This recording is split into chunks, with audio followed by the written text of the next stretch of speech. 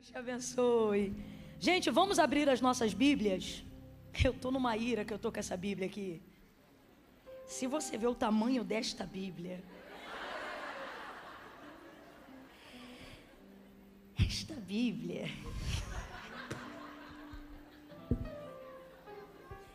esta Bíblia é da minha secretária. Esta Bíblia é motivo de zombaria e de repreensão quase que cotidiana. Porque eu sou defensora do livro, né? Então eu acho muito importante você ter o livro sagrado. Nada contra os aplicativos da Bíblia. Mas, irmão, para mim a Bíblia é a Bíblia, né?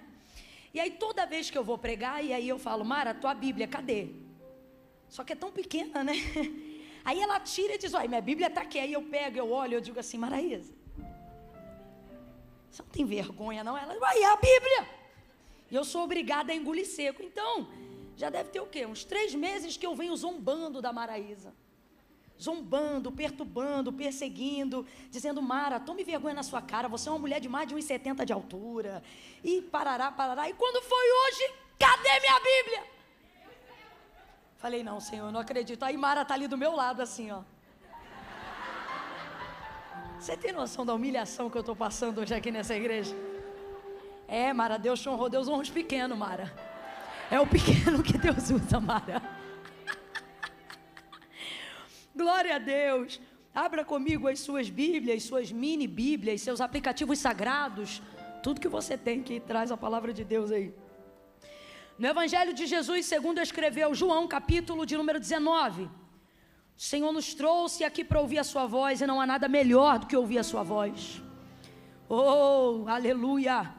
Se tiver pentecostal na casa, reaja dizendo glória a Deus. Você sabe como é que eu sei se tem pentecostal, né? Quando um dá glória, o outro se sente na obrigação de reagir dizendo aleluia. Aleluia! Glória a Deus! É tudo pentecostal, aleluia. Vamos ao texto sagrado. Evangelho de Jesus, segundo escreveu João, capítulo 19. Capítulo 19. Glória a Deus. Oh, aleluia. Versículo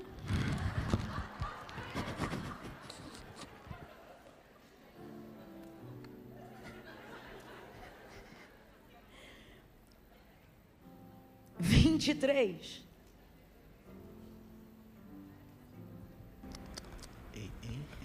Os soldados, pois, quando crucificaram Jesus, tomaram-lhe as vestes e fizeram-na 4 partes dela, para cada soldado uma parte. E pegaram também a túnica era sem costura, toda tecida numa peça só, de alto a baixo. E disseram, pois, uns aos outros, não a rasguemos, mas vamos lançar sortes sobre ela, para ver de quem será, em quem caberá, em outras versões. E isto aconteceu para que se cumprisse a escritura que dizia, repartiram entre si as minhas vestes, e sobre a minha túnica lançaram sortes. Foi isso que fizeram os soldados. Versículo 28. Depois, vendo Jesus que tudo já estava consumado, para que se cumprisse a escritura, disse, tenho sede.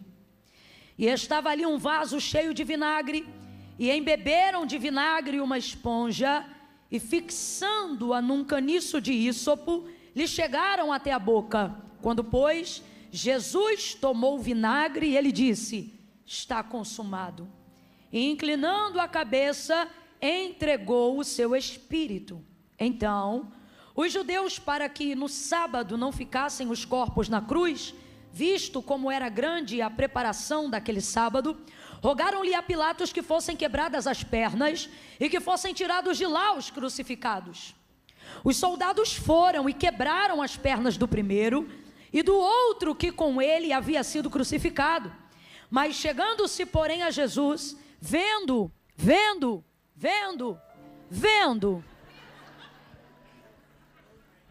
Eu acho que é a bateria. Está vermelho, eu acho que é a bateria, será que não? Vendo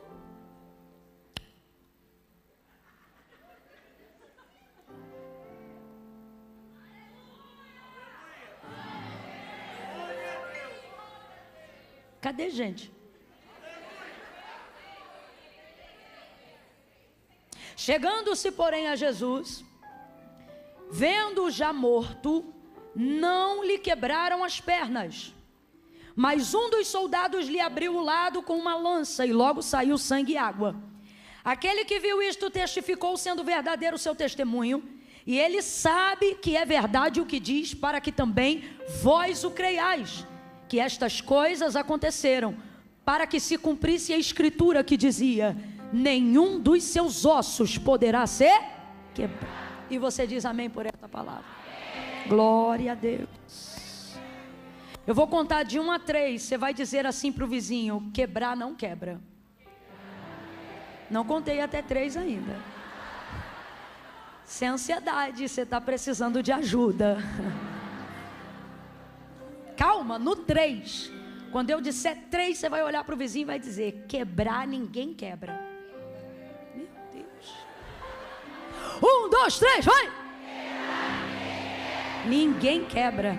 Ninguém vai quebrar aquilo que você fundamentou em Cristo. Ninguém vai quebrar. Glória a Deus. Glória a Deus. Veja, nós lemos aqui 3 momentos, né? 3 cenas de um mesmo contexto, de um mesmo capítulo da crucificação de Jesus. Esse momento foi, sem dúvida, um momento literalmente crucial da nossa vida e do ministério de Cristo aqui na terra. É por causa desse momento que nós estamos aqui. Foi para este momento que ele foi enviado. Então esse momento envolveu muita coisa. Envolveu coisas antes, durante e depois. Antes, rejeição, abandono, escárnio, açoite, coroa de espinho. Sem dúvida a gente está falando de um dos momentos mais difíceis da vida de Jesus. Jesus foi traído por Judas, negado por Pedro. Seus discípulos se dispersaram dele nesse momento. João foi o único que, assim como Maria, mãe de Jesus, e Maria Madalena, conseguiram ir até o Calvário. E tantas coisas estão acontecendo nesse momento. Ele já tomou 40 açoites, já foi açoitado severamente. Está sofrendo agora muita dor tentando respirar. O seu pulmão está sendo sufocado com o seu sangue. E ele está pendurado com ferros que raspam entre as suas juntas para pregar seu corpo no madeiro. Então eu estou falando de uma dor constante, contínua e latente. E vivendo esse momento agora, sem dúvida, a maior dor de todas. E não é a dor no corpo, é a dor no espírito, de perceber que nem o rosto do seu pai, seu Abba, Deus, que sempre esteve em sua direção enquanto ele cumpria a sua vocação aqui na terra, naquele momento se vira e não está mais em seu favor. É a primeira vez que ele sabe que não está sendo visto por Deus. Elohim, Elohim, labak sabatani, Deus meu, por quê me desamparaste? Então veja, se nós nos sentimos solitários, entristecidos, vez ou outra deprimidos, confusos, angustiados, tendo amigos ou o auxílio do Espírito Santo ao nosso lado, imagine como está o contexto da alma, da mente, do corpo de alguém que foi desamparado completamente. Ainda que outra pessoa passasse um momento de dor semelhante no que tange a carne, isso jamais se compararia ao que Jesus passou, porque nós estamos falando da tricotomia de um ser que ficou totalmente isolada e sozinha. É uma experiência que a gente não saberia nem como narrar aqui nessa noite, porque ninguém antes dele e nunca jamais por causa dele, ninguém depois dele jamais saberá o que é abandono completo na tricotomia do ser. Só ele soube o que é isso, na pele, na alma, no espírito. E esse momento foi um momento de trevas na terra. Coisas muito estranhas aconteceram nesse momento.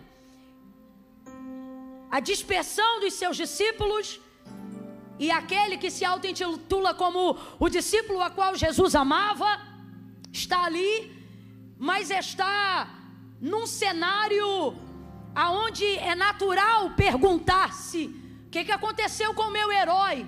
Com aquele que faz os cegos verem, os surdos ouvirem, os coxos andarem. E essa ideia é corroborada pelos soldados e por muitos outros fariseus que estão ali à volta, dizendo: ora, se é o Filho de Deus, por que não salva a si mesmo? Por que ele não desce? Então a gente está falando do alto nível de vitupério, de escárnio, de vergonha. E João está naquele contexto. Maria não para de chorar. Maria, mãe de Jesus, começa a chorar copiosamente. Ela é a educadora do Filho de Deus. Então para ela não é só Deus que está ali, mas o menino que ela criou desde que nasceu em seu ventre, de fato a sua mãe. E ela entra numa crise de choro. E o texto diz que ela chora tanto e sente essa sensação de abandono, só um parênteses, a ponto de Jesus ter que promover uma adoção imediata para consolar ela. Que é quando Jesus olha para João e diz: olha, filho, eis aí a tua mãe, olha, mulher, eis aí o teu filho. E desde aquele dia João passou a receber Maria em sua casa, para que houvesse um consolo. Então a gente está falando de muita dor. Completa para mim, para eu ter certeza que você está me acompanhando. A gente está falando de muita... Vamos, a gente está falando de muita dor. A gente está falando de caos completo. A gente está falando de um acervo na mente de João. Se coloque agora no lugar de João, porque ele é a testemunha de tudo que nós lemos hoje aqui. A gente está falando de alguém que tem um acervo de promessas na cabeça, que durante 3 anos e meio, quanto tempo, gente? Andou com ele, almoçou com ele, jantou com ele, viu milagres, foi mentorado por ele, renunciou à empresa, CNPJ por amor a ele, deixou absolutamente tudo para segui-lo, acreditando em cada uma das suas palavras. Quais palavras? Ele é o Filho de Deus, ele é o Messias, ele é o Verbo vivo que se fez carne, ele é o Alfa, ele é o Ômega, ele é o primeiro, ele é o último, ele é o esperado das nações, o desejado dos milhares. Ele acreditava em tudo. Rosa de Saron, lírio dos vales, ele é o Cordeiro que tira o pecado do mundo. Este foi o testemunho que João Batista ouvia. O leão da tribo de Judá vai rugir e vai resgatar o seu povo. Olha, ele é o nosso herói.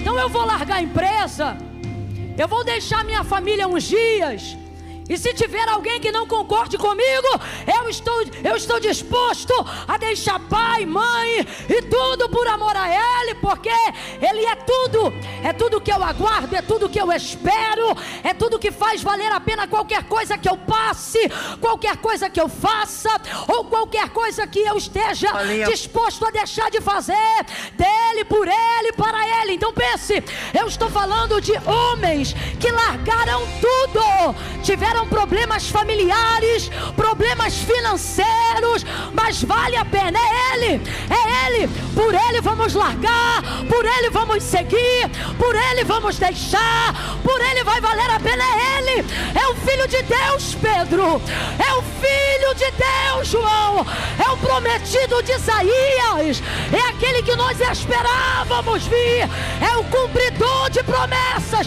Veja como ele cura, veja como ele restaura, veja como ele levanta, veja como ele ajuda, veja como ele consola. As suas palavras são poderosas. É ele, é ele, é ele. Só que agora é ele fragilizado, vulnerável.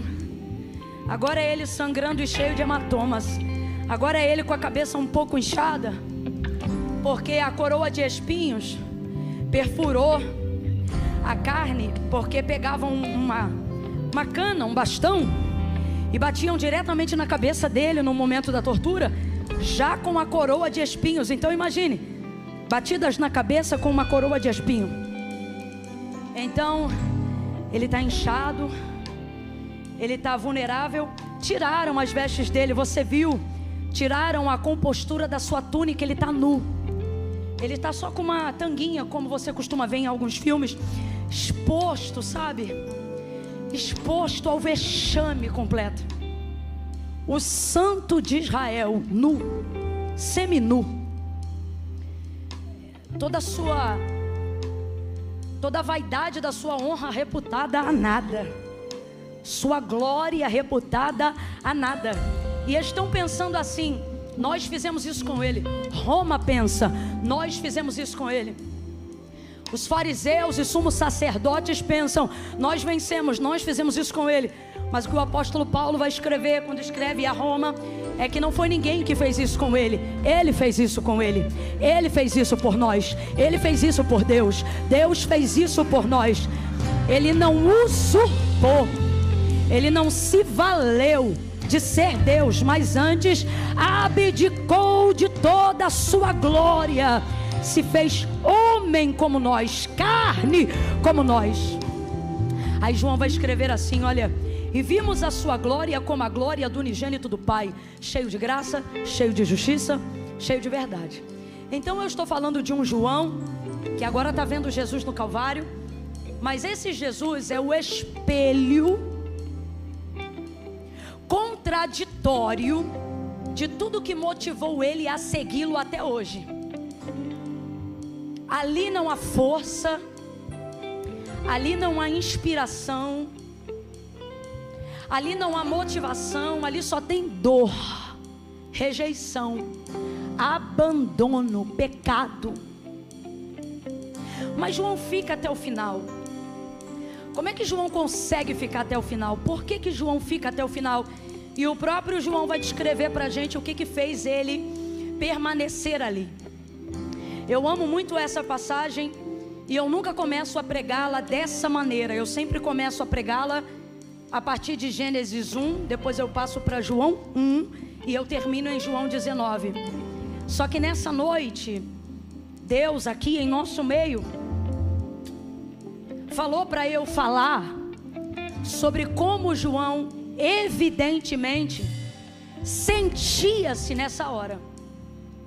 Porque você vai entender que apesar de não estar vendo isso acontecer agora no Calvário, o fato de ter sido crucificado com Cristo te coloca numa posição onde às vezes você vai ter que se ver como João. E a primeira coisa que o Espírito Santo quer nos instruir, eu quero passar 3 instruções pela palavra do Senhor nessa noite para a sua vida. Quantas instruções?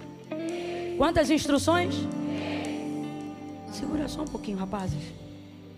Mas não me deixem, não me deixem. 3 instruções para a sua vida.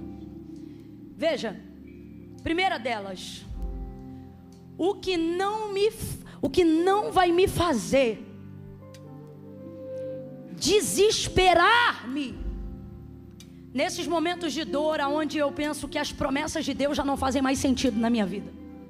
Porque, gente, a gente está falando aqui do espelho contraditório do Calvário com o poder de Deus.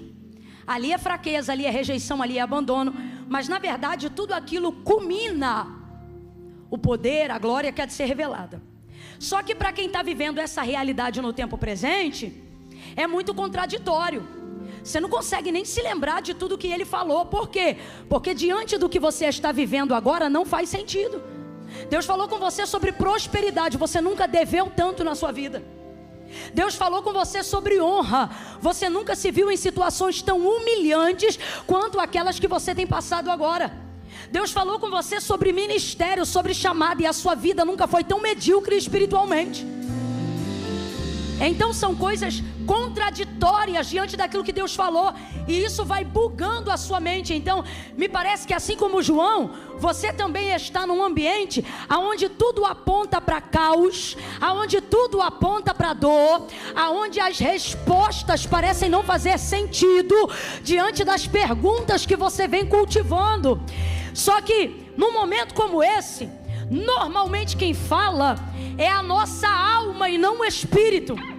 A nossa alma quer tomar frente num momento ápice de dor, de desespero, de luto, de desemprego, de falta de dinheiro, de problema de saúde, de enfermidade, de diagnóstico, de laudo médico. Eu não sei qual é o teu calvário, Mas num momento como esse, parece que tudo que você ouviu até aqui não faz sentido nenhum.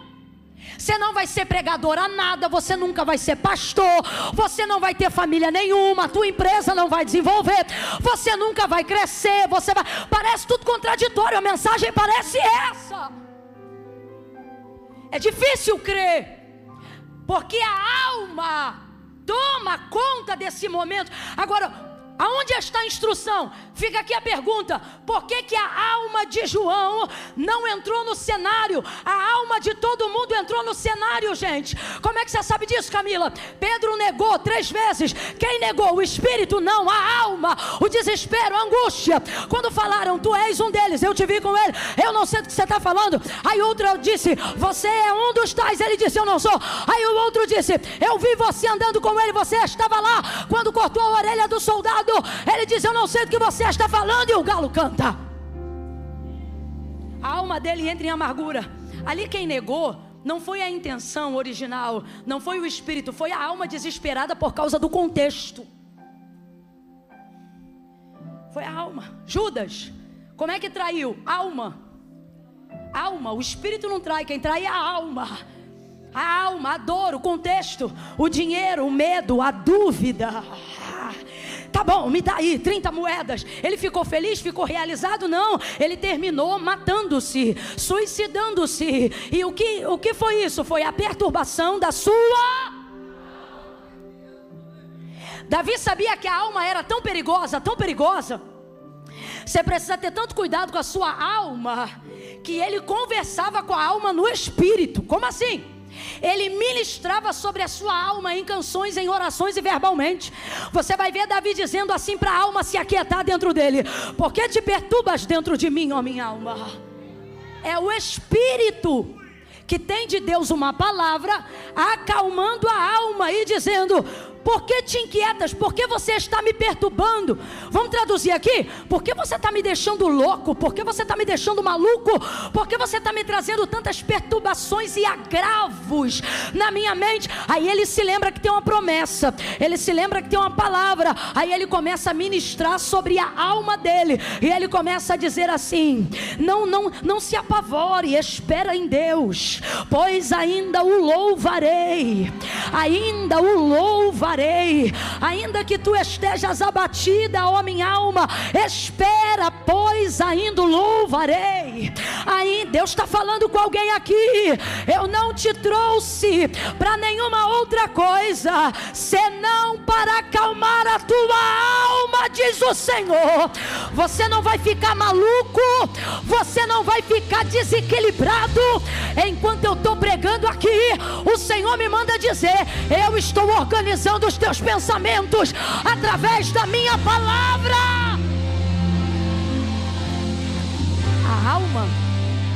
A alma faz isso. Sabe, gente, a alma faz isso. Quando você quer dar na cara de alguém, é a alma. Ué, mas não é crente? É, mas tem alma. Quando você quer fazer um barraco, é a alma. É a alma. A alma quer dar show. A alma quer dar show. A alma reage imediatamente a circunstâncias, contextos, palavras. Por isso que só o Espírito tem o poder de dizer para a alma: se aquieta. Eu vou lá e vou mostrar para ele que eu sou homem, mas não sou bobo não. Aí o Espírito diz: calma, se aquieta, você é homem de Deus, você é diferente. Não, agora ela vai ver que eu sou crente, mas não sou trouxa. E aí o Espírito Santo diz: que é isso? Você não é como eles. Você tem promessa, você tem palavra. Depois como é que vai ficar teu testemunho? Aí o Espírito vai ministrando. Aí a gente vai guardando a mão, vai guardando o soco, né? Vai guardando as palavras de ofensa. Como é que João conseguiu fazer isso? Camila, como é que eu vou conseguir fazer isso? Eu tenho sentido, Camila, enquanto você está pregando aí, eu tenho sentido que quem tem atormentado a minha vida é a minha alma. Como é que eu faço então para botar ela no lugar? A mesma coisa que João fez, só tem uma coisa que a alma obedece: palavra de Deus. Então você precisa ter consciência de qual é a palavra que está sobre a sua vida. Por que João não fica desesperado? Por que ele não pega uma pedra e dá na cabeça de um daqueles soldados? Por que ele não age intempestivamente como o instinto de sua alma? Porque dos 7 aos 9 anos de idade, o judeu precisa aprender e a ter de cor todas as profecias messiânicas que os grandes profetas, incluindo principalmente Isaías, falou sobre o Messias. Eles precisam ter de cor. Eles precisam ter de cor. E Isaías tem, e João tem essa profecia de cor. Então, quando por 3 vezes o texto diz: para que se cumprisse a escritura, para que se cumprisse a escritura, para que se cumprisse a escritura, você vai ver que as 3 vezes está mencionando o profeta Isaías. E ele tem isso de cor. O que ele tem de cor? Aquilo que ia acontecer com o Messias. Então ali na hora, a alma dele pode estar tão descompensada quanto a alma da Maria. Só que ele consegue manter o controle no meio daquele caos. Por quê? Porque ele tem consciência completa de qual é a palavra que está regendo aquele momento. Preste atenção. Ele diz assim, olha: os soldados pegaram as suas vestes, rasgaram em 4 partes. Pegaram a sua túnica e começaram a lançar sortes. No campo humano, o que está rolando ali? Vingança, zombaria, afronta, humilhação, ruindade, malignidade. Isso no campo humano. Agora, João conhece qual é a palavra que está sobre o Cristo. Então, enquanto ele está vendo aquilo, ele não dá vazão à sua carne, porque ele interpreta aquele cenário. E ele entende que aquele cenário nada mais é do que o cumprimento de uma palavra que estava sobre o Messias. E a palavra era exatamente esta. Qual era a palavra, Camila? Dividiram entre si as minhas vestes e sobre a minha túnica lançaram sortes. Foi isto que fizeram os soldados. Então agora eu vou te fazer uma pergunta que está implícita aqui no texto. A verdade é que os soldados só estão fazendo isso porque uma palavra dita pela boca do profeta Isaías já estava determinada sobre Jesus. Jesus é o verbo vivo que se fez carne e habitou entre os homens. O que é verbo? Verbo é palavra. Então preste atenção. A palavra é Deus e Deus é a sua palavra. A palavra é fiel e não pode negar-se a si mesmo. Então, se Deus libera uma palavra, ela não volta vazia. Antes ela vai e faz aquilo que lhe apraz, ela vai se cumprir. Se isso acontece sobre a vida de qualquer um de nós, imagine sobre a vida de quem é a própria palavra. Então vai se cumprir. Diga comigo, vai se cumprir. Diga de novo, vai cumprir. O que vai cumprir, Camila? A palavra. Só que João está vendo aquele cenário e ele está entendendo que não é ruindade, não é só vingança, não é só malignidade. E é isso que faz ele manter o equilíbrio. O que faz ele manter o equilíbrio? O entendimento de que Jesus está debaixo de uma predita pela boca do profeta Isaías, que já antevendo este cenário disse: dividiram entre si as minhas vestes e sobre a minha túnica lançaram sortes. Foi isto que fizeram os soldados. Então, quem não tem palavra está olhando para a mesma cena que João está vendo e está dizendo: quanta vingança, quanta ruindade, quanta malignidade, quanta humilhação. Isso é uma injustiça, isso não podia ter acontecido. Como é que fizeram isso com ele? Pererê, parará, pororó, pururu. E João paradinho, calminho, olhando e entendendo o que? Isto aconteceu para se cumprir Então a maldade desses soldados é a palavra se cumprindo. A zombaria desses soldados é o plano de Deus em movimento. Toda essa humilhação está atendendo o propósito e o plano original do divino. Então tudo que aparentemente parece desastroso agora diante de mim, nada mais é do que a palavra de Deus em movimento no maior momento de dor, angústia e agonia.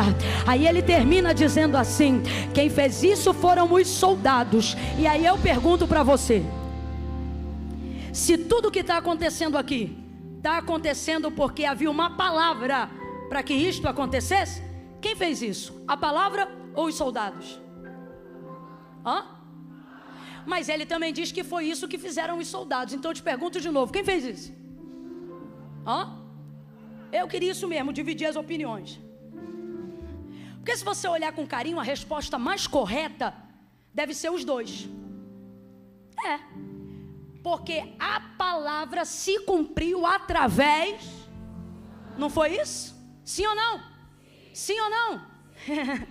Então veja, quando eu estou debaixo de uma palavra, e quando eu tenho consciência de que palavra eu estou debaixo, até quem me odeia está cooperando, até quem me persegue está contribuindo. A palavra para se cumprir, se cumpriu através da vida desses soldados. Eles pensam que são eles que estão zombando, eles pensam que são eles que estão fazendo aquilo tudo, mas na verdade eles estão debaixo da batuta do Espírito Santo, que está comandando cada fração de segundos daquele momento. É o Espírito Santo, é a palavra de Deus comandando cada segundo daquele momento. O que eu estou falando aqui é tão sério, que você vai ver que quando Jesus é crucificado, Ele perdoa os pecados de todos aqueles que o reconhecem como Filho de Deus.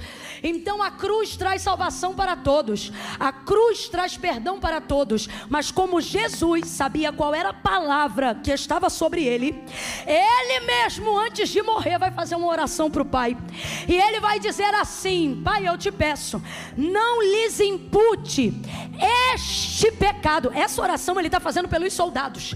E por que ele diz este pecado? Porque ele sabia que aquele pecado eles não estavam fazendo só porque estavam fazendo, mas eles estavam fazendo porque estavam debaixo de um comando maior. Eles estavam debaixo do comando da palavra de Deus. Jesus está tão obstinado em cumprir a vontade do Pai, que ele está pedindo ao Pai: ó, esse pecado da veste, esse pecado da túnica, esse pecado da nudez, da exposição, este o Senhor perdoa. Por quê? Porque esses aí eles só estão fazendo porque a palavra do profeta Isaías tem que se cumprir. Então, para que se cumpra a palavra, este pecado o Senhor perdoa. Camila, eu não estou entendendo aonde eu entro nessa história. Já entrou. Jesus está dizendo: você não vai ficar desequilibrado com quem está te difamando, com quem está fofocando, com quem está se levantando contra a tua casa, com quem está se levantando contra a tua vida. Por que não, Camila?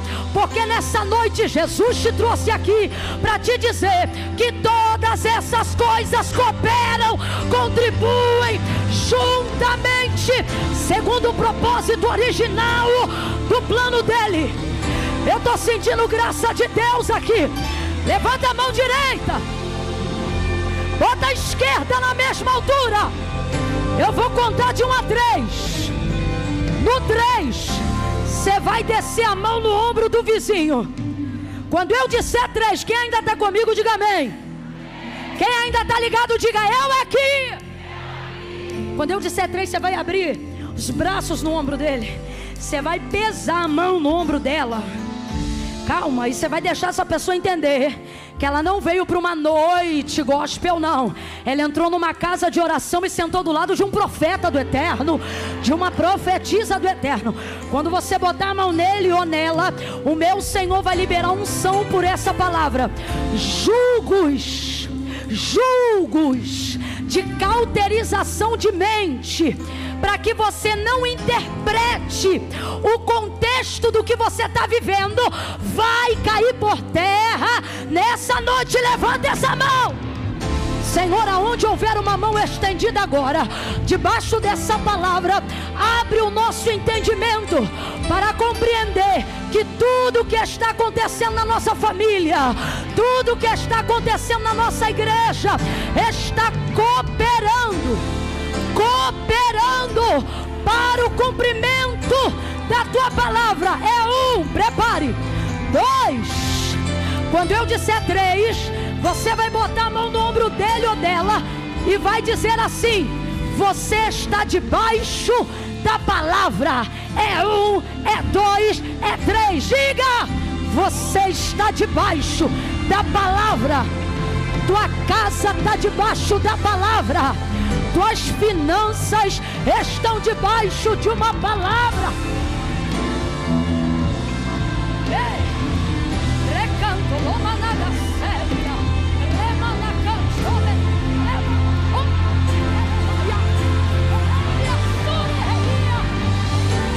teu inimigo, teu adversário está debaixo dessa palavra.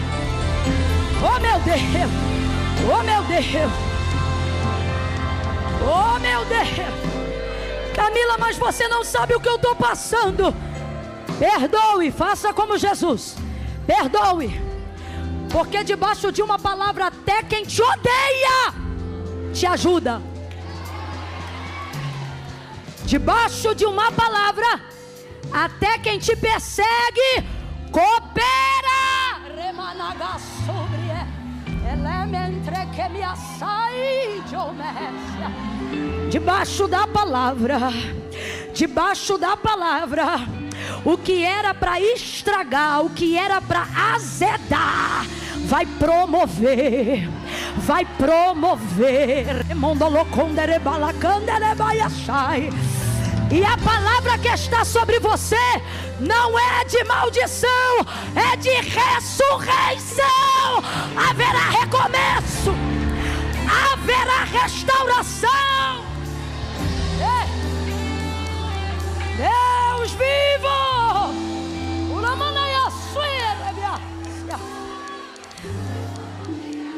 O que é? O que é estar debaixo de uma palavra, gente? O que é estar debaixo de uma palavra, gente? Meu Deus. Baixa só um pouquinho, só um pouquinho. O que é estar debaixo de uma palavra, gente? Vou te falar o que é estar debaixo de uma palavra. O autor da carta aos Hebreus vai falar acerca da criação do mundo. E ele vai dizer assim, ó: porque céus e terra, tudo que existe e há, ou seja, tudo que você vê e tudo que você toca, preste atenção nisso aqui, preste atenção nisso aqui. Tudo que você vê, tudo que você toca, tudo que existe, tudo que há, não foi feito por prova aparente do que se vê, mas antes foram criados pelo poder da palavra de Deus. O que é uma palavra de Deus? O que é ter de Deus uma palavra na vida? Eu vou te falar o que é. É você ver Gênesis 1 começando assim, ó: no princípio a terra era sem forma e vazia, havia trevas sobre a face do abismo, ou seja, não existia nada, e o Espírito de Deus se movia sobre a face das águas. O Espírito de quem se movia? Presta atenção nisso. Baixa só mais um cadinho que eu quero que eles prestem muita atenção nisso. O Espírito de Deus está se movendo sobre a face das águas. Não havia nada, caos completo, treva absoluta. O planeta que a gente chama de Terra era planeta água no escuro. Entendeu? E o Espírito de Deus está se movendo sobre a face das águas. Eu vou perguntar para você pela segunda vez: o Espírito que está se movendo é de quem? Espírito que está se movendo é o Espírito de Deus. Agora, é de Deus, está se movendo, mas está fazendo o quê? Não tenha medo não. Hã? Nada. Está fazendo nada. Aí o versículo 2 vai aparecer. E ele começa assim, ó: e disse Deus. Alguém já entendeu? E disse Deus: haja luz.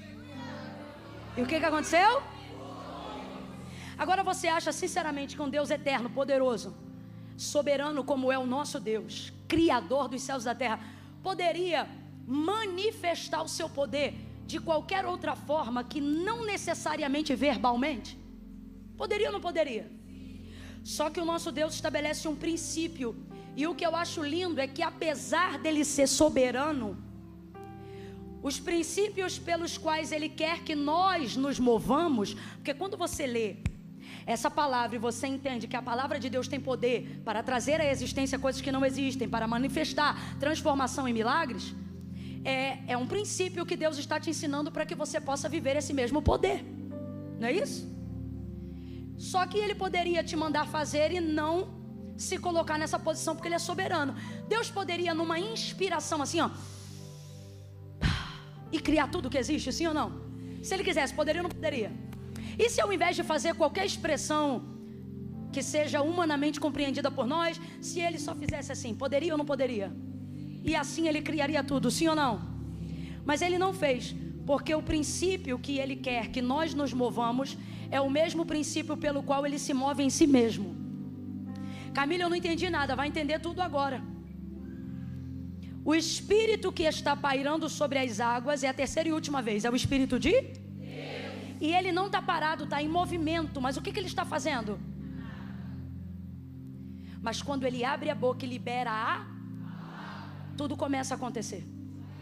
A luz aparece, as trevas se escondem, começa a ter porção seca de terra, criação, começa a ter dia, começa a ter noite, a ordem vai entrando, o caos vai acabando, e cada um desses momentos vão acontecendo à medida que Ele libera Ele vai liberando a palavra e as coisas vão acontecendo. Ele vai liberando a palavra e Ele vai criando essas coisas. Agora veja, o que Ele está deixando claro aqui? Que onde houver palavra de Deus, haverá manifestação de poder. Por isso a fé vem pelo ouvir, e o ouvir a palavra de Deus. Vamos lá? A fé vem pelo ouvir, e o ouvir. Agora, uma fé genuína só pode ser verdadeira se ela estiver conectada a... Quando você diz assim, eu não estou tendo fé o suficiente para crer. Não, o que você não está tendo é palavra o suficiente para se apegar. Porque quem tem palavra, naturalmente, vai ter fé. Quando Deus disse assim, olha, haja luz, quem foi que disse eu creio? Quem foi que disse amém, Jeová? Está ligado a essa palavra? Ninguém. Quando Deus disse haja luz, o que aconteceu? Agora eu vou te perguntar. Responda com inteligência, não vem na emoção não. Houve manifestação de fé em Gênesis 1 para que houvesse manifestação de mundo? Houve? O que houve foi manifestação de... Camila, cuidado, porque a Bíblia diz que todo aquele que se aproxima de Deus tem que ter fé, crer que Ele existe e que Ele é galardoador daqueles que o buscam, porque a mesma palavra também diz que sem fé é impossível agradar a Deus. Só que você tem que entender uma coisa: Deus não precisa da minha fé para fazer nada. Então para que eu tenho fé? A minha fé não dá para Deus o poder de fazer nada. Quando eu creio Ele pode, quando eu não creio... Mas por que eu tenho que crer? Porque minha fé não dá para Ele o poder de fazer, mas a minha fé me dá o poder de receber aquilo que Ele já fez. Então quando você está debaixo de uma palavra, completa aí para mim por favor. Quando você está debaixo de uma, você só precisa ter consciência de que palavra você está debaixo, e acreditar que ela é para você, e acabou. Acabou. Debaixo de uma palavra, a palavra se cumpre. Ah, Camila, mas é que eu estou esperando um mover de Deus. Eu vou falar rasgado, não fica chateado não. Mover não traz palavra. Lembra? O espírito que se movia era o de quem? E ele estava parado? Estava não, mas o que ele estava fazendo? E olha que eu sou pentecostal, hein? Mover não traz palavra, mas palavra traz um mover sobrenatural. Passou a existir sol, passou a existir lua, passou a existir luz, passou a existir estrela. Tudo isso porque Deus começou a manifestar a sua. Está na hora de você colocar diante de si a palavra que Deus colocou diante de você. Presta atenção. Está na hora de você começar a verbalizar com a sua boca. Eu estou te dando um método prático. Eu estou te dando um jeito de fazer, filho. Eu não vim aqui dizer creia porque eu tenho fé, não. Eu estou dizendo para você igual receita de bolo. Dá para fazer. Dá para fazer o quê? Dá para pegar o que é espiritual e tornar tangível, visível, palpável, concreto. E como é que eu faço isso, Camila? Primeiro, tendo consciência de qual palavra eu estou debaixo. Segundo, aprendendo a verbalizar o que eu ouvi. O nosso problema não é crer no que a gente ouve. Você crê no que eu estou pregando, mas por que está com déficit de demonstração de poder, de glória, de milagre, de providência, de prosperidade na sua vida? Por quê? Não é porque não ouve, não é porque não crê, é porque não profetiza o que crê. O que torna você um profeta não é a capacidade que você tem de ouvir o que Deus falou, é a coragem que você tem de verbalizar o que você ouviu. Ter coragem de verbalizar ao mundo o que você ouviu só no pé do seu ouvido é a maior demonstração de fé que você tem na palavra de Deus. É você estar dentro de um consultório médico e o homem te dá um laudo aonde você só tem 1 ano de vida, e você conseguir olhar para ele e se lembrar de todos os cultos que você participou, e ao invés de sair cabisbaixo, você olhar para ele e falar: doutor, esse é o laudo da medicina, mas eu sirvo ao médico dos médicos, e a palavra dele sobre mim é que Jesus levou sobre si toda a minha dor, toda a minha enfermidade, e me deu abundância de vida. Quem é? Quem é que consegue encarar o doutor e falar na hora? Fala a verdade. Aqui tu tá dando glória, eu quero ver lá no consultório. Então veja, eu posso pregar aqui 2 horas. Não é sobre o que você ouve, é sobre o que você tem coragem de falar. Camila, mas importa o que eu estou sentindo. Se sentimento fosse tão importante assim para validar absolutamente tudo, a confissão para receber a salvação de Jesus não precisaria ser pública, porque uma fé que não manifesta obras, ela é morta. Camila, eu não estou entendendo. Você vai entender. Ezequiel está numa visão no meio do vale. Deus diz assim para ele: profetiza, filho do homem. Olha o que Deus diz para ele: poderão viver esses ossos, Senhor Deus Jeová? Tu sabes. Profetiza, filho do homem. Aí Ezequiel diz assim: olha, profetizei como se me deu ordem. Aí o que Deus ordenou? Deus disse assim, ó: diga-lhe assim, filho do homem: ossos secos, ouçam a palavra do Senhor. Vento dos 4 cantos, sopra sobre este vale, e porei em vós nervos, músculo, pele, tendões, e porei em vós o meu espírito, e vivereis. Quem está falando isso? Deus. Vamos lá? Quem está falando isso? Quem está falando isso? Falando para quem? Para quem? O profeta. Vamos lá, Deus está falando com quem? Agora, quando Deus fala, não acontece nada. Não se junta um osso, não levanta exército, não acontece nada. Mas Ezequiel diz: me tomou pela mão, me levou e me deixou lá. O que significa? Que Deus levou ele lá, mas não ficou com ele no vale. Ou melhor, vou corrigir, não ficou no vale. Mas se Ezequiel está ouvindo a voz de Deus, Deus não está no vale, mas está com alguém ali. Bom, Deus não está dentro do vale, mas Ezequiel está ouvindo Deus. Se Deus não está no vale, mas Ezequiel está ouvindo Deus, responda para mim: Deus está onde? Oi? Oi? Amém ou não amém? Estamos de acordo? Não é invenção, lê o texto em casa que você vai ver. Agora, por que quando Deus fala não acontece nada? Porque quem primeiro fala é Deus. É Deus que fala para Ezequiel o que ele tem que falar. Por que quando Deus fala não acontece nada? Olha para mim com atenção. Teria porventura a palavra de Deus mais poder na boca de Ezequiel do que na boca de Deus, gente? Não me irrita não. Vou perguntar de novo. Teria porventura a palavra de Deus mais poder na boca de Ezequiel do que na boca do próprio Deus? Não. Mas por que quando Deus fala não acontece nada? Agora, quando Ezequiel fala, esquece. Quando ele fala, um vento começa a soprar. Quando ele começa a profetizar, ou seja, a repetir o que Deus falou. Quando ele começa a repetir o que Deus falou, eu vou falar de novo, uma hora você vai pegar. Quando ele começa a repetir o que Deus falou, ele não tem o poder que Deus tem. Ele não crê como Deus crê, porque Deus já viu aquilo pronto, ele não.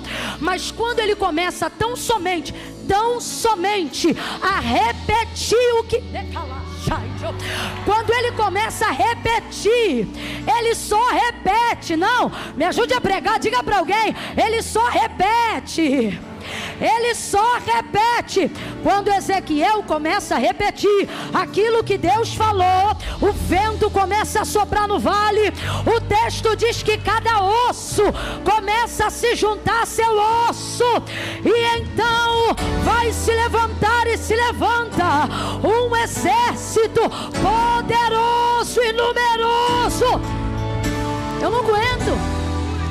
Aí fica aqui a pergunta: como é que Deus fala e não acontece nada?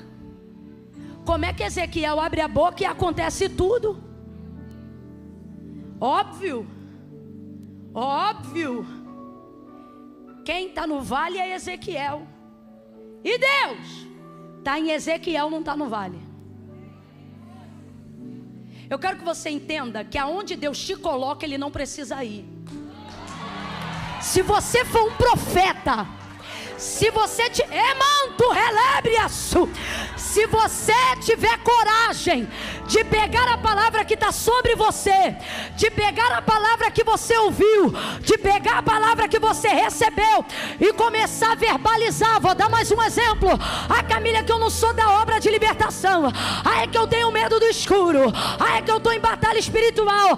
É que eu estou esperando as irmãs lá em casa orar para expulsar demônio. Você não precisa esperar as irmãs irem lá. Mas é que eu não sou profeta. Pois você pode virar hoje. Como é que eu faço? Profeta não é quem inventa. Profeta não é só quem revela futuro. O profeta é aquele que tem a capacidade, primeiro, de ouvir Deus. Segundo, de repetir com fidelidade aquilo que Ele falou. Você sabe quando você também é um profeta?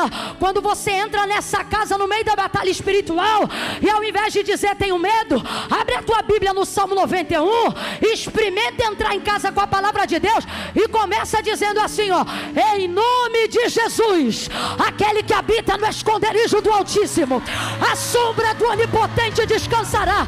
Direi do Senhor, Ele é o meu Deus, o meu refúgio, a minha fortaleza. Você vai ver vulto passando de um lado para o outro. O diabo vai tentar te perturbar, mas ele não vai aguentar, porque ele não pode respeitar você, mas ele respeita Deus na tua boca. Aí você vai dizer: direi do Senhor, Ele é o meu Deus, Ele é o meu Deus, a minha fortaleza, e nele eu confiarei, nele eu confiarei, nele. Libera a palavra. E aí me conta o que vai acontecer depois. Me conta o que vai acontecer depois. Agora, sabe por quê que alguns aqui não podem me contar o que vai acontecer depois?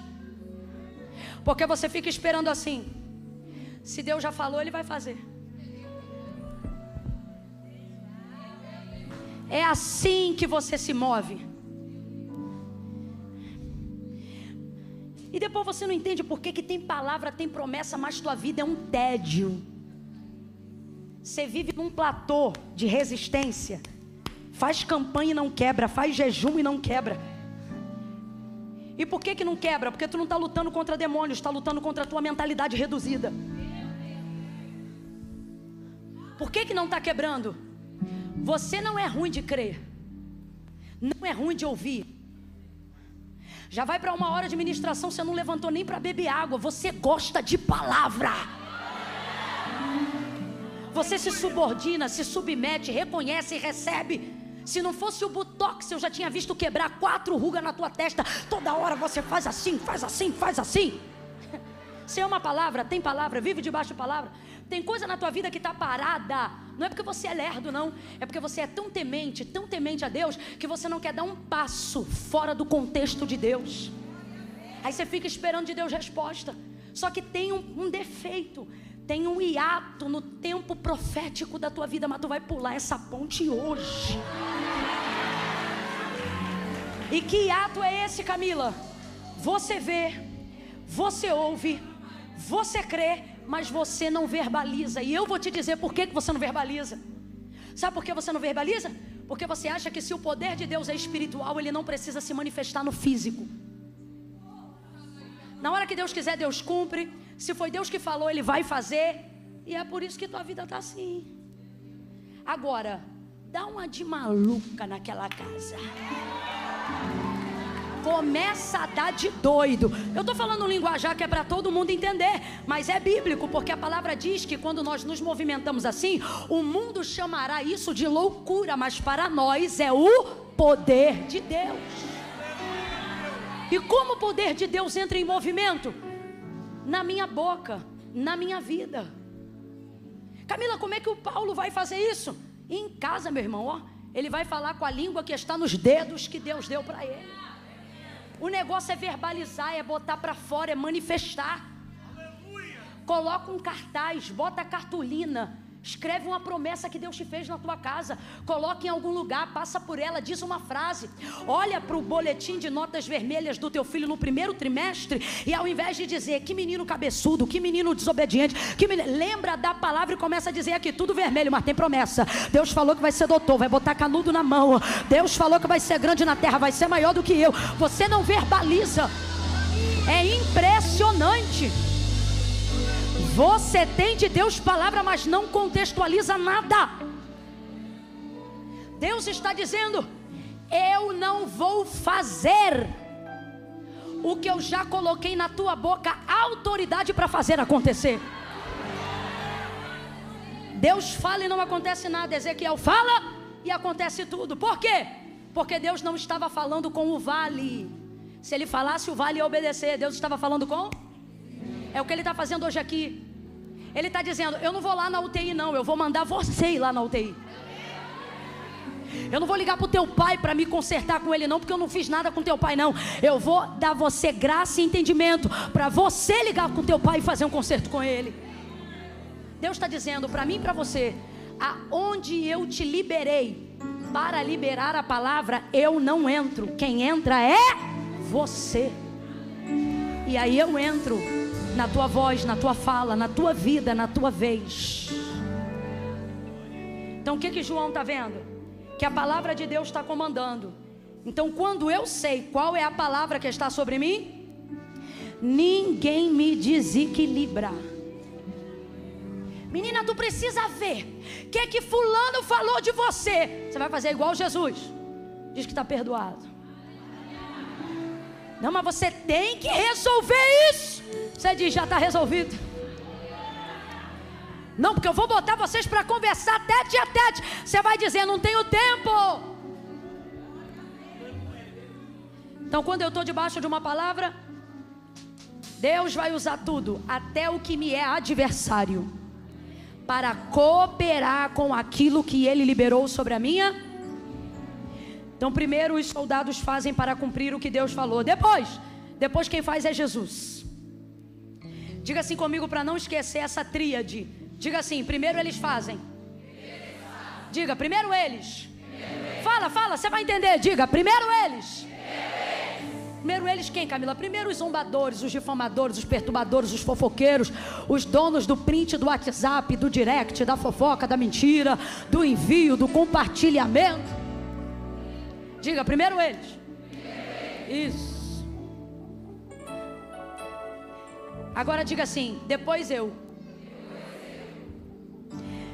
Jesus, quando vê que está tudo consumado, porque ele conhecia qual era a palavra, só faltava o vinagre para acabar com aquilo. Tomou o vinagre e acabou. Diga comigo para a gente começar a encerrar junto. Diga assim, ó: bebeu, acabou. Vai de novo, diga: bebeu, acabou. Já olha para o vizinho, entrega o recado e diz: bebe logo esse vinagre. Quer acabar com essa luta? Quer fechar esse ciclo de sofrimento? Quer acelerar esse processo? Engole o amargo logo. Aí Jesus viu que já tem tudo: túnica, veste. Já estou vendo, só falta isso agora. Então, se eu beber o vinagre, acaba. Escute: quando você sabe qual é a palavra que está sobre a sua vida, você tem poder de acelerar o processo. Um exemplo, não que isso aconteça com você, um exemplo. Vamos supor que alguém errou com você. Só que você não sabe qual é a palavra que tem sobre a vida dessa pessoa. Você está velando para Deus cumprir a palavra que tem sobre a sua. Ah, fulano que errou comigo. Se você quer acelerar logo o processo, vou te dar um conselho. Não espera o fulano vir te pedir perdão. Porque dos errados, Deus não espera nada. Não se iluda. Agora, quer acelerar o processo? Ai, é luta acelerar o processo. A gente aguenta o açoite do chicote, mas na hora de beber o vinagre, vai logo nele, vai logo nela e dá aquela de doido. Que é quando você não fez nada, pastora. Você não fez nada. Só que você tem que dar de maluco para resolver um negócio. E dizer assim: então, irmão, queria te falar que desde aquele dia, aí você que sabe qual foi o dia que azedou, que desde aquele dia aconteceu algo entre a gente, né? Eu quero te pedir perdão.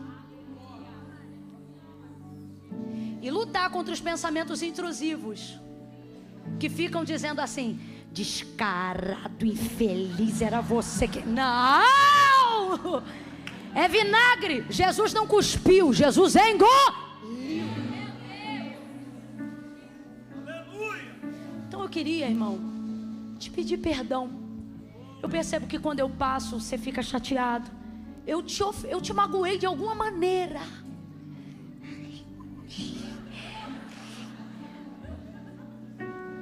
Você me perdoa? Só vai acontecer duas coisas. Ou se ele for quebrantado, se ele for um homem de Deus, uma mulher de Deus, ele vai se quebrantar na hora de constrangimento em amor. Porque ele sabe o que ele fez. Porque quem faz sabe o que faz. Mas, né? Só duas coisas vão acontecer. Se ele tiver constrangido, quebrantado, o que ele vai fazer? Irmão, foi de Deus você vir aqui, me perdoa você. Aí é aquela coisa linda. Não, eu também errei. Nem canta lá, coisa linda. Coisa linda. Coisa linda. Agora, pode acontecer também do outro lado. Eu já vi acontecer assim. Você chega humildemente para pedir perdão por uma coisa que você não fez. Você olha para aquela cara da pessoa e diz assim: fulano, você me perdoa? E ele responde assim: tá perdoado. Né, irmã? Aí nessa hora você: amém. Muito obrigada, irmão. Fala aí para tua irmã, diz para ela: engole, engole. Fala para o teu irmão, fala para ele: engole. Engole, engole, vai valer a pena, engole. Engole o teu orgulho, engole a vaidade, engole, porque aquele que se exaltar será humilhado, mas aquele que a si mesmo humilhar, este será exaltado. Jesus não disse quero água, guarde isso. Jesus não disse quero água. Jesus disse tenho sede. Porque quem conhece a palavra sabe o que o outro vai dar. Não vai dar água, então não vou pedir água. Eu vou dizer que eu tenho. E trouxeram vinagre. Só faltava isso para ele liberar o espírito. Ou seja, para acabar aquela agonia. Olha para mim aqui, por favor. Jesus está dizendo, sabe por que algumas agonias na sua vida ainda não terminaram? Porque elas não pararam em mim, pararam em você. Porque o que cabia ao inimigo fazer, ele fez. Mas o que está cabendo a você, você não consegue fazer. E o que eu não estou conseguindo fazer, Camila? O vinagre é a parte mais complicada do texto. Por quê? A gente aguenta soco, pontapé, coroa de espinho, pedrada, cuspe, tapa na cara. Sabe por quê? Porque quando a gente sobrevive a todas as coisas que fazem com a gente está mandando uma mensagem de sobrevivência para todo mundo. Dizendo, olha, eu estou aqui, eu sobrevivi à traição, à rejeição, o abandono, a decepção, a depressão. Olha, eu estou aqui, eu sou um lutador, eu sou uma guerreira, eu sou um guerreiro. Eu não entreguei os pontos, você mandou uma mensagem. Querendo ou não, isso preserva seu orgulho, preserva a sua dignidade. Brabo, brabo. É quando o processo para na gente. Quando Deus diz assim, ó, nem chute, nem isso, nem aquilo. Agora é você engolindo teu orgulho. É a parte mais difícil. Minha avó Zilda tinha um ditado que dizia assim: que é um quebrado para quem já está todo ralado? Quem conhece esse ditado sabe que esse ditado não é assim originalmente. Mas eu jamais vou falar isso aqui. Então o que minha avó queria dizer? Vamos supor que você caiu, quebrou a perna, fratura exposta do lado esquerdo e ralou o joelho do lado direito. Você vai gritar pelo ralado do joelho ou pela fratura exposta no esquerdo? Você nem vai ver que ralou o joelho. Aí eu adaptei o ditado da minha avó. O que é um ralado para quem está todo quebrado? O Senhor está dizendo: dá uma olhada na tua vida, vê tudo que tu já passou até hoje e vê se não vale a pena eliminar logo esse processo, engolindo esse orgulho. Eu não sei para quem, mas o Espírito Santo de Deus está aqui. Liga para quem você tem que ligar, desce diante de quem você tem que descer, ainda que seja a pessoa mais altiva da sua família, aquela que nunca te ajudou com um grão de arroz, porque o único grão de feijão que ela deu, ela jogou na tua cara. Ainda que seja ela,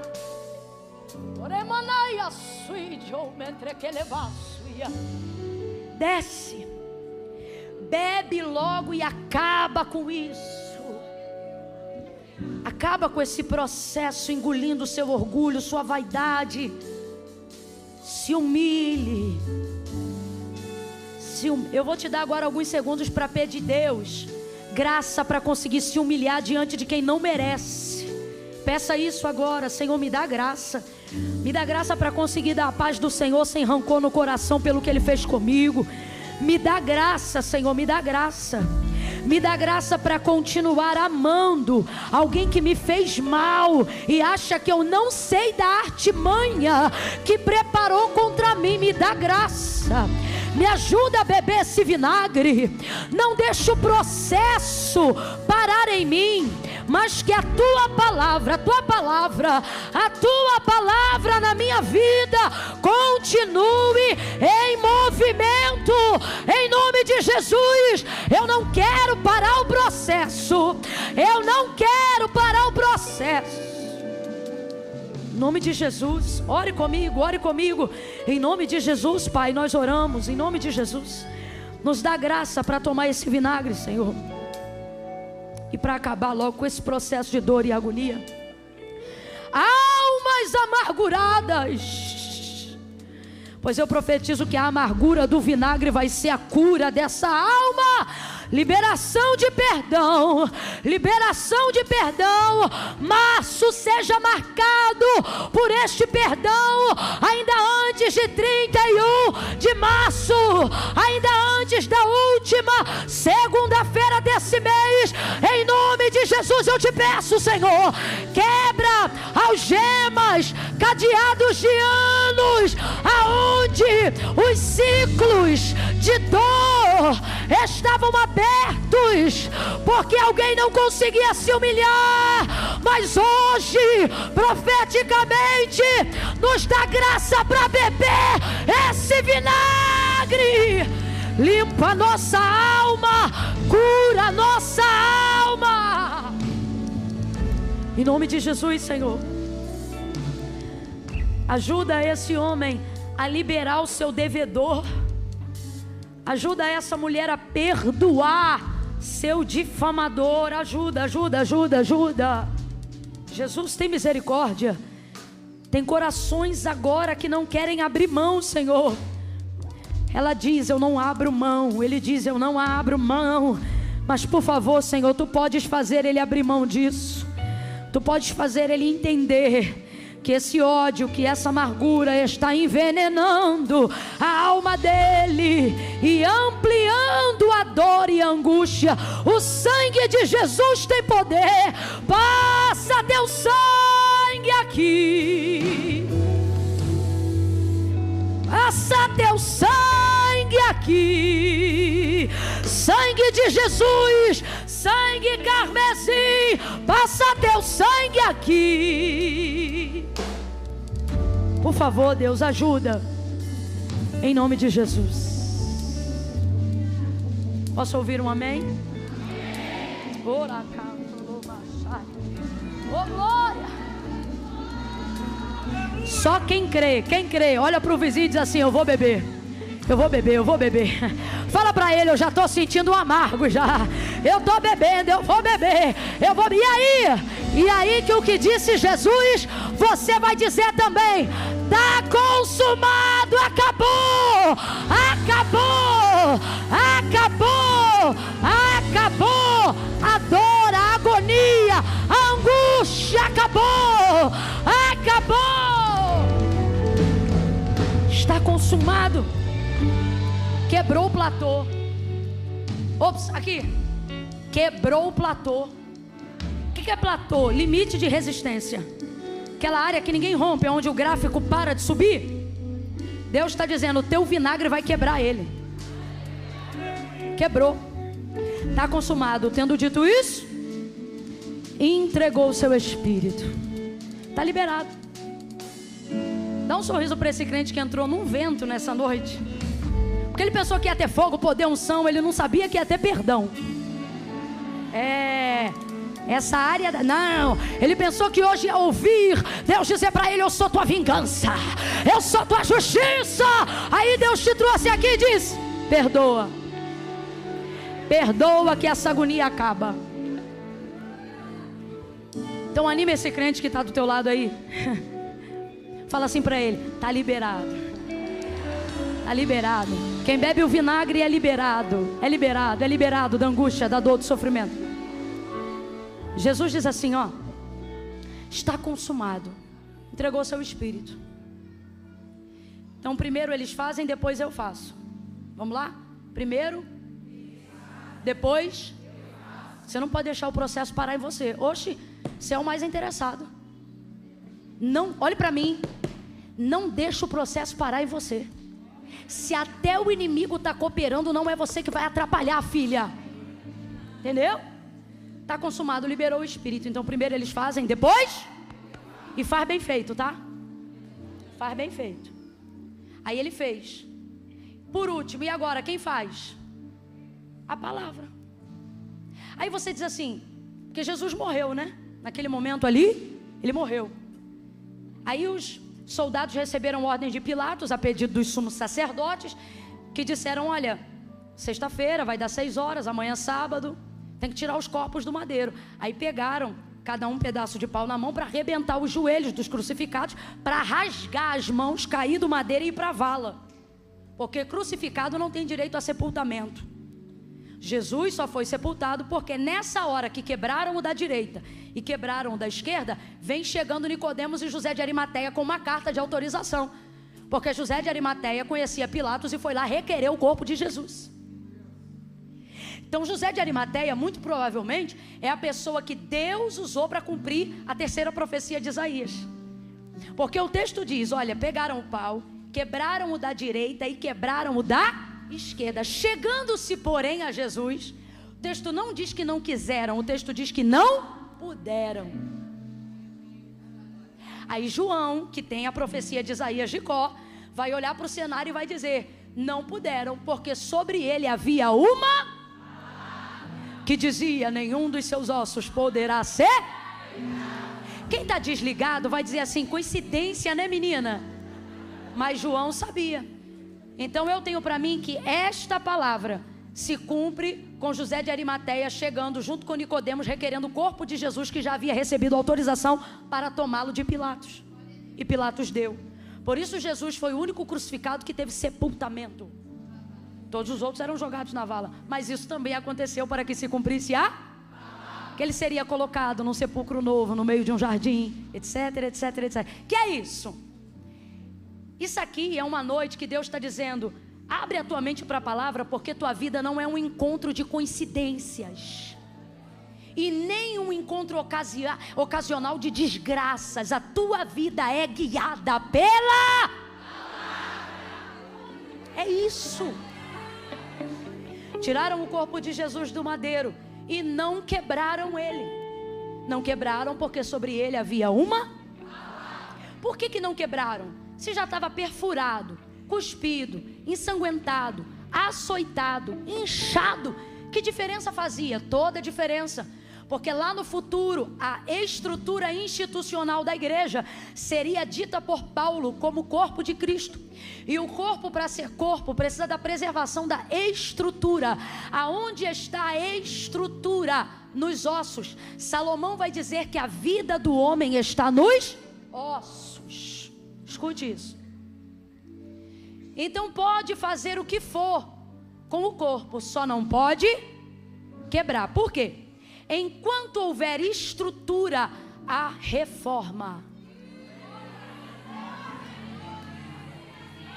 Vamos supor que você quer reformar uma casa. Você quer mudar cor, quer mudar tinta, quer mudar acabamento, quer mudar tudo. Só que você não vai derrubar a casa porque a estrutura foi bem feita. Tem sapata ali para construir um prédio. Aí você não derruba alicerce, você não derruba coluna. Você derruba tudo que está encapado de fora e começa a construir a partir daquela estrutura. A nossa vida é a mesma coisa. Enquanto você tiver preservação da sua estrutura, você pode derrubar a casa e reerguer ela. Compreende? Escute isso. Jesus falou isso acerca do seu corpo. Ele disse acerca do templo: eu derrubo ele em um dia e reconstruo em 3. Não entenderam nada. Jesus não estava falando do templo. Jesus estava falando dele. Mas estava comparando o seu corpo à igreja, ao templo. Por isso usou o exemplo do templo. Quem ainda está me ouvindo, diga amém. Amém. Quem ainda suporta 5 minutos, diga eu aqui. Camila, eu não suporto mais, calha a boca. Posso ir embora? Não. Vai na paz. Não, eu não vou não. Então preste atenção. Toda a sua parte externa foi moída, porque isso também estava na... Ele seria moído, castigado. Vão fazer muitas coisas comigo, contigo e com a igreja. Vão cuspir, vão caluniar, vão socar, vão açoitar, vão prender, vão castigar, difamar, disciplinar. Só que é questão de tempo. A gente levanta de novo, se ergue de novo, acredita de novo. A gente prega de novo, salva de novo, alcança de novo, restaura de novo. A gente ora de novo, canta um hino novamente. Meu Deus. Deus está dizendo a alguém aqui: ei, cuspiram, caluniaram, difamaram, mas sabe por que você está aqui? Em 3 dias eu vou fazer uma reforma. Alguém está entendendo? A palavra de Deus vai se cumprir. Completa para mim, por favor. A palavra de Deus vai. A palavra de Deus vai. De novo, a palavra de Deus vai.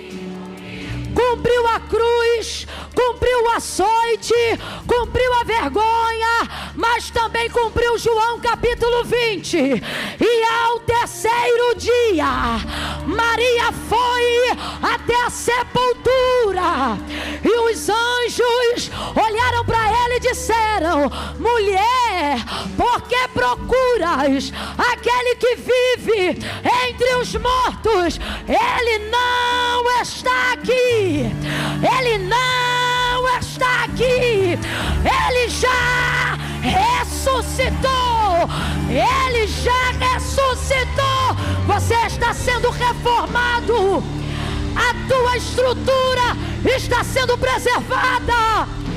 Quem é corpo de Cristo, levanta a mão para cima e diga: quebrar. Ninguém quebra. Ninguém quebra. Ninguém vai quebrar a tua casa. Ninguém vai quebrar a tua família.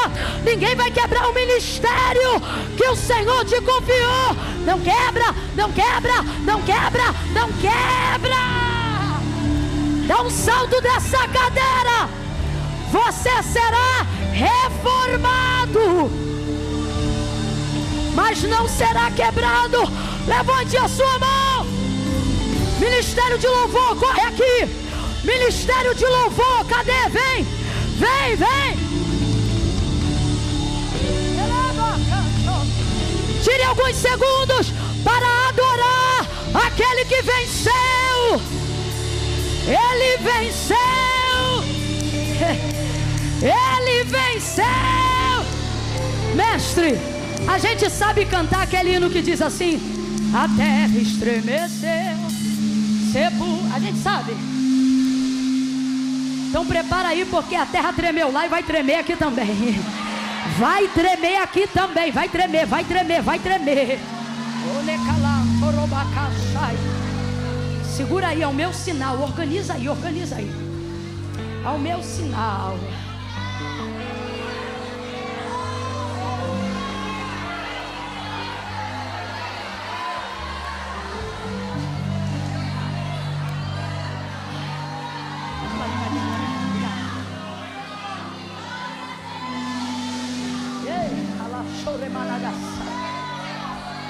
Camila, o que aconteceu ali depois que ele morreu? Ainda aconteceu uma coisa antes da ressurreição. Jesus morreu. Quando vieram para quebrar, aquela palavra protegeu ele de ser quebrado. Agora eu te pergunto, nessa ocasião, nessa hora, Jesus estava vivo ou estava morto? Quando vieram quebrar as pernas, gente, isso, já tinham até furado o homem do lado. Então vamos lá, vou perguntar de novo. Nessa hora, Jesus estava vivo ou estava morto? Responda para mim com inteligência. Morto se defende? Não. Morto reage? Não. Morto responde? Não. Morto fala? Não. Se tu estiver falando com o morto, vai fazer uma campanha de oração. Morto não se defende, morto não reage, morto não fala. Morto é impedido de agir, vencido e sem força. É. E eu estou pregando aqui agora. E o Senhor está dizendo que tem gente aqui que chegou nessa fase. Você está no local, mas não pode responder, não pode reagir, não pode falar. Aí você diz: Camila, e agora? O que vai acontecer? Primeiro eles fazem, depois e por fim a palavra faz sozinha. Camila, mas como se eu estou nessa situação? A palavra de Deus diz acerca dela própria, porque ela é viva. Você está morto, mas ela é viva. E o texto diz: vive e eficaz, mais penetrante do que qualquer espada de 2 gumes. Então sabe o que Deus está dizendo? Nessa fase da sua vida, onde você não está podendo fazer nada, a palavra vai se mover para preservar a sua estrutura e tudo o que você pensava que estava a perder nesse processo. Escute, a palavra vai entrar em áreas do teu casamento que você não pode mais conversar. A palavra vai entrar em áreas da tua vida familiar que você não tem mais acesso para mexer. A palavra vai entrar em áreas da tua empresa, do teu escritório, onde você não pode sugerir. A palavra, ela tem o poder para se mover em áreas do ministério que o Senhor te confiou, para que você não tenha que pedir e nem falar nada com ninguém. A palavra vai falar, a palavra vai entrar, a palavra vai se mover. Jesus já estava morto, mas a palavra se moveu em José de Arimateia, em Nicodemos, foi tirado o corpo. Ao 3º dia, ele ressuscitou. Ressuscitou e Maria Madalena está falando com ele na porta do sepulcro, João 20, e não conhece ele. Como que pode isso? É Jesus ou não é? Só que ela está falando com ele e não identifica, porque a memória, não só da mente de Maria, mas de todo mundo que conheceu Cristo naqueles dias, foi de um final chocante e marcante. Um rosto inchado, ensanguentado, cheio de hematoma. Só que a estrutura estava preservada. Ele ressurge de uma maneira diferente.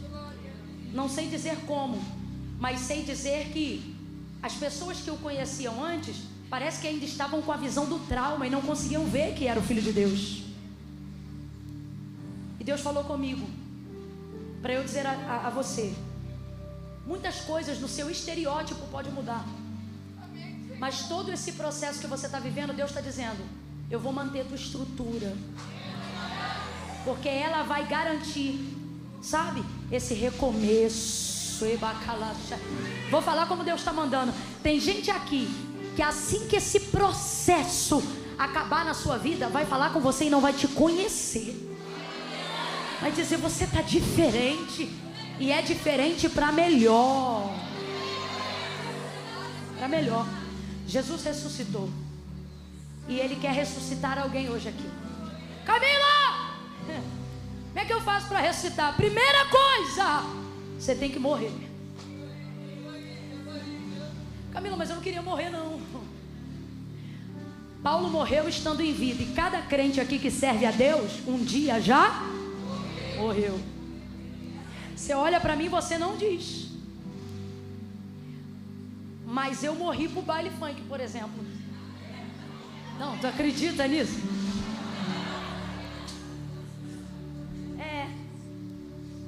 Tênisinho coloche, almoçado, marrom, bermudinha samba canção, barriga de fora, top do piu-piu. Eu sentava no último banco da igreja, eu chorava: Senhor, tua presença, aleluia, eu te amo. Mas eu não posso fazer uma aliança contigo. Eu não morria. Eu ia em todo culto e não morria nenhum. E eu sabia que viver para Cristo é morrer para si. Só que eu gostava muito. Aí eu não conseguia. Então eu chorava aqui, ia para lá. Aí um dia o pastor disse assim: Jesus disse: ora, sem mim nada podeis fazer. Eu dizia: Jesus, quando eu largar lá eu venho aqui. Quando eu largar lá eu venho aqui. Aí um dia Jesus falou para mim: quando você vier aqui, porque sem mim. Só que eu via todo mundo arrumado, diferente. Eu dizia: mano, isso não é pra mim. Eu era surfistinha de bodyboard. Eu me lembro que quando eu comecei a visitar a Assembleia de Deus, o irmão dava a paz do Senhor e falava: e aí, qual é? Diante de Deus. Não, sério, você acredita nisso? Loucura. Mas eu criei numa palavra que liberaram sobre mim. Por isso eu, durante muitos anos, preservei um bordão onde eu sempre dizia: quando Deus te fizer uma promessa, acredita. Eu não tinha nada que pudesse me colocar aqui onde estou agora. E quando eu digo onde estou, não é num púlpito não. Porque eu não estou aqui porque eu sou mais santa do que você. Estou aqui porque eu sou tão arrependida quanto você. Eu acreditei nessa palavra. E tem uma palavra sobre a sua vida. E Jesus vai cumprir tudo o que ela diz. Só tem uma coisa que Ele não vai fazer. O que? Acreditar por você. Deus fez uma promessa a Abraão. E tudo que Abraão viveu foi Deus que cumpriu. Só teve uma coisa que Deus não fez: a mudança de Abraão. Deus não enrolou uma cortina naquela tenda. Deu caminho, deu direção, deu terra. Mas a mudança Deus não fez. Sabe o que Deus está dizendo? A mudança quem faz é você. Quem tem que sair de onde você tem que sair, quem tem que resolver o que tem que resolver é você. Agora, a garantia de cumprir a palavra é comigo, diz o Senhor. E eu vou cumprir. Eu vou cumprir. Nós éramos um núcleo familiar naquela época de 48 pessoas. Só um núcleo, a família de perto. Primo de primeiro grau, sabe? Vó, avô. E ninguém conhecia Jesus na minha família. Jesus era um boneco de madeira que eu via na frente da igreja católica no Natal, era no presépio. Era o que eu conhecia de referência de Cristo. Falavam sobre Deus, mas eu não sabia que tinha que entregar a vida para Jesus. Aí um dia eu li e o pastor pregou dizendo que foi Jesus que disse. Não foi igreja, não foi pregador, não foi padre nem pastor. Jesus, acima de tudo que você entende como religião. Foi Jesus que disse assim, ó: aquele que me confessar diante dos homens, eu também o confessarei diante do meu Pai que está no céu. Aí eu peguei, porque ele diz assim: aquele que se envergonhar diante de mim, diante dos homens. Ele nunca disse aquele que não crê. Ele disse aquele que se envergonhar do que crê. Porque se está aqui, crê. E eu estava lá porque eu cria. Mas na hora de confessar eu não conseguia. Aí eu pensava assim: Ele conhece meu coração. Só que era Ele que dizia: se não me confessar aqui, por vergonha, envergonhado ficará lá naquele grande dia. Aí eu entendi porque que os tímidos não herdarão o reino do céu. Porque não é questão de personalidade, é questão de covardia. Se você crê, você tem que confessar. Não, Camila, eu creio, mas ainda não me sinto pronto para confessar. Então você não crê. Camila, mas eu tenho vergonha, o que eu vou fazer com a vergonha? Mete a vergonha no bolso e crê com vergonha e tudo, confessa com vergonha e tudo. Por quê? Porque a vergonha é passageira, mas a sua salvação é eterna. Olha para mim, Jesus está vindo. Jesus vem. Irmão, foi-se o tempo que ler Apocalipse na Bíblia dava medo, hoje dá esperança. Jesus te trouxe hoje aqui com um propósito. E você nem está ruim como eu. Nem está de barriga de fora. Nem está de top. Tem mais respeito do que eu tive um dia. É uma obra progressiva. Só que a decisão tem que ser diante dele. Eu vou te dar uma chance agora. Talvez ninguém nunca te explicou isso. Camila, tem que confessar? Tem. Quem mandou? Jesus. Tá bom para você? Como é que eu faço então, Camila? Vai ser assim, ó. Eu vou contar de 1 a 3. Quando eu disser 3, se você está aqui hoje, está afastado, conhece a palavra, Deus está dizendo, arruma a tua casa hoje. Ah não, depois que eu arrumar eu venho, por isso que tu não arruma. Você precisa de Jesus para arrumar ela. Ah, depois que eu casar eu vou, por isso que tu não casa. Porque é Jesus que vai te ajudar a arrumar a tua vida emocional. Ah, Camila, mas é que eu tenho que resolver umas paradas, eu estou no rolo, vem você e teu rolo. Bota tudo diante do altar. Ele não disse para ninguém se arruma e vem. Ele disse, vinde a mim, vocês que estão cansados, oprimidos, sobrecarregados. E ele não disse, eu vou te dar uma surra. Ele disse, e eu vos eu aliviarei. Eu conto 1. A igreja vai começar a orar agora. Quebra de cadeias, poder de decisão.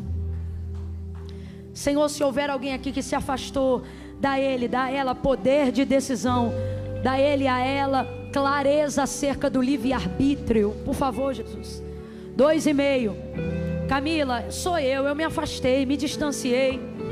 Eu venho ao culto, eu venho à igreja, mas eu não reconciliei, eu nunca confesso publicamente. O que eu tenho que fazer? Quando eu disser 3, se você estiver nessa condição, você vai levantar a mão e eu vou orar por você.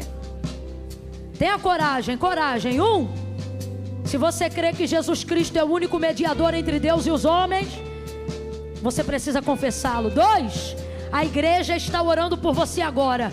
Eu não sei o quanto você foi moído, cuspido, caluniado, mas em Cristo você pode ser reformado.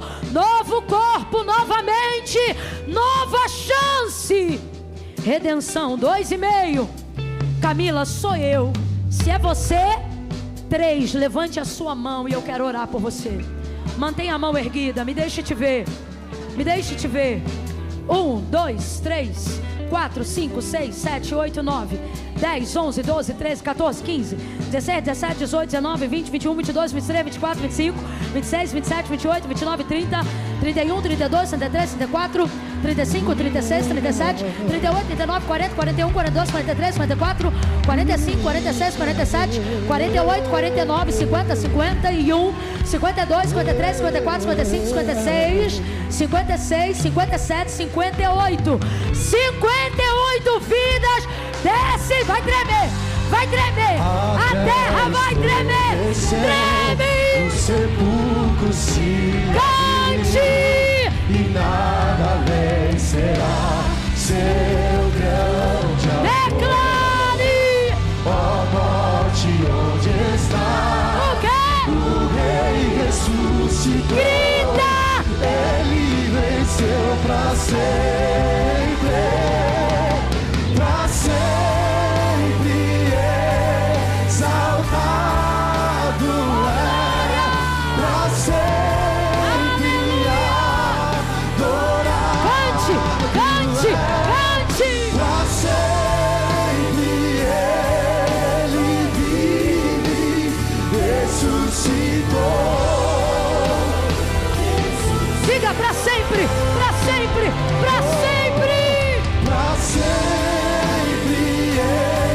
exaltado é. Pra sempre adorado é. Pra sempre ele vive, ressuscitou.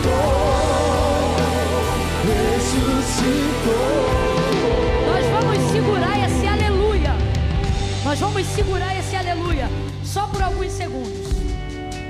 Aqueles que levantaram a mão, levante novamente. Os 58 que eu pude contar, vai, levante a mão. Agora, os que estão aqui em oração comigo, se você está vendo uma mão erguida perto de você e é crente, por favor, vá até essa pessoa, põe a mão no ombro dela e vamos orar juntos agora. Camila, tem uma mão aqui, vai lá, homem com homem, mulher com mulher. Procure alguém, bote a mão no ombro dele, dela, dessa pessoa que está de mão estendida. Ore junto com essa pessoa. Ninguém sozinho agora, por favor. Voluntários da igreja em atividade, obreiros, deem uma olhada. Botaram a mão aí no seu ombro, já tem alguém orando com você? Já tem? Pronto. Pai, em nome de Jesus, nós oramos agora por cada uma dessas pessoas.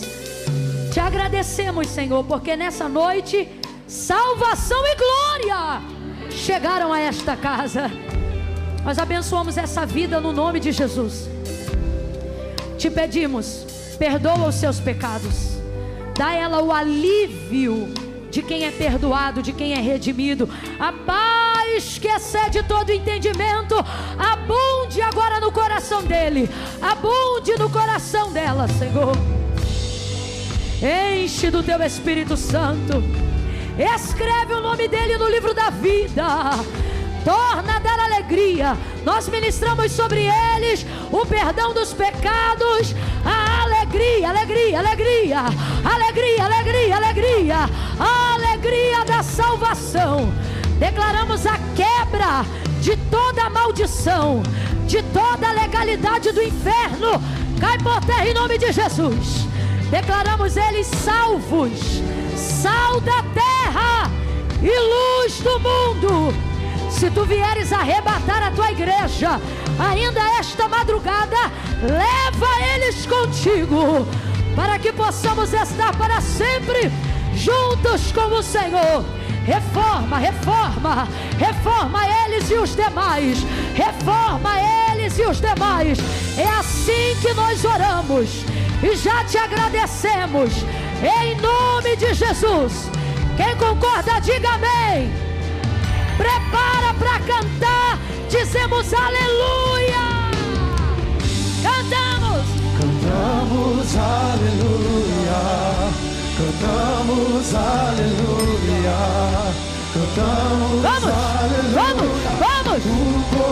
Libere um aleluia, libere. Cantamos aleluia.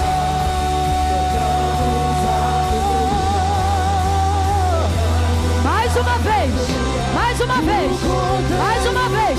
Cantamos aleluia.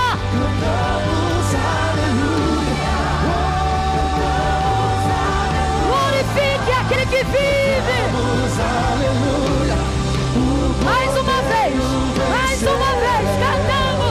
Cantamos aleluia. Vai.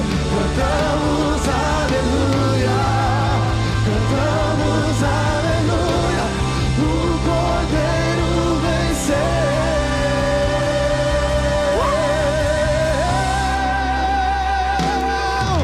Pra sempre exaltado.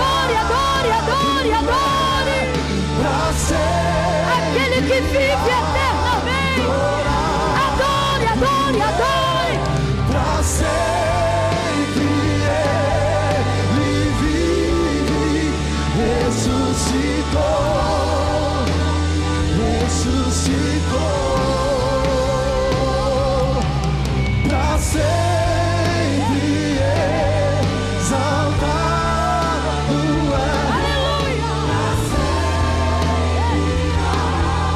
Adorado é, pra sempre ele vive, ressuscitou.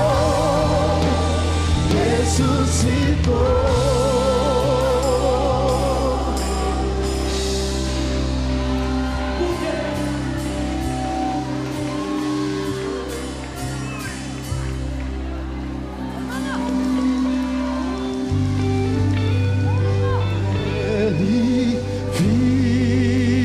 vive, posso